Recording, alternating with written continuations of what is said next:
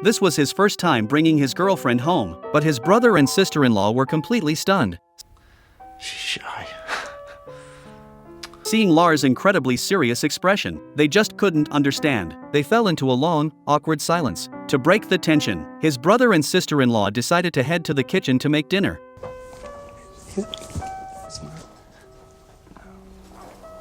So he's crazy, right? He's crazy. Watching his strange behavior, his brother wanted to send him to the hospital right away, but his careful wife knew he must have gone through something traumatic. However, Lars' behavior only got stranger. It seemed like he had fully invested himself in this imaginary relationship, and Lars had always been a loner since he was a kid. His mother died giving birth to him. His father fell into deep depression from grief. His brother couldn't stand the terrifying family atmosphere and ran away from home. By the time he came back, Lars was the only one left. He never felt what it was like to be loved as a child, and he believed his birth was what broke his family apart, so he gradually became withdrawn and distant. Deep down, he felt that anyone who got close to him would become unlucky. Even though his brother and sister-in-law lived next door, he never once visited them. He didn't like socializing and resisted any kind of emotional connection. Even though a female colleague named Annie confessed her feelings to him, he still rejected her. Although Lars, who was approaching 30, was afraid of being alone, he was even more afraid of being with people. But one day, Lars saw an ad on a coworker's desk. This is a service about custom-made inflatable dolls. And that gave him a wild idea. Maybe he could create the perfect girlfriend to fill the emptiness in his heart. So Lars ordered a doll online and named her Bianca.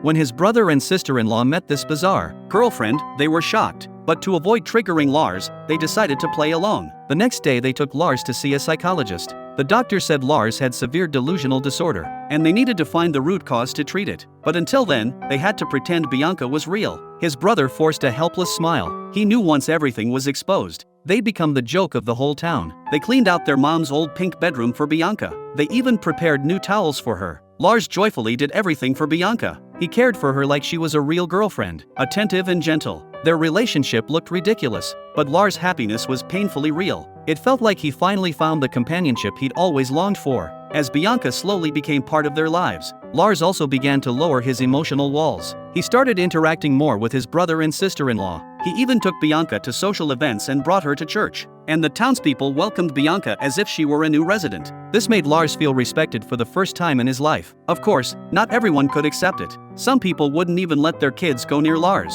One day, he received another invitation from Annie. Lars spent an incredibly pleasant weekend with her. Annie's warmth and energy slowly broke through his shell. She made him feel a kind of fullness and romance he'd never experienced. He couldn't take his eyes off her the whole time, but at the end of the date, he told Annie he couldn't be with her, because as a man, he could never betray his girlfriend. Annie said she understood, and suggested they could be best friends instead. She said that one day she would find the person who truly loved her, but Lars wasn't satisfied with that answer. Inside, he was torn.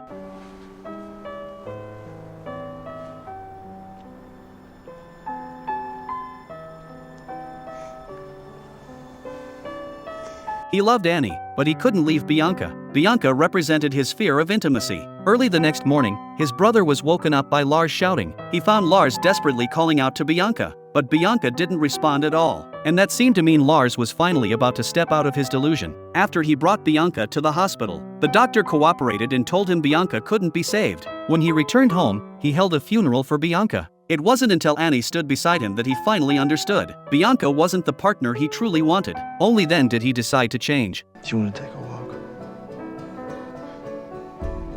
Yes.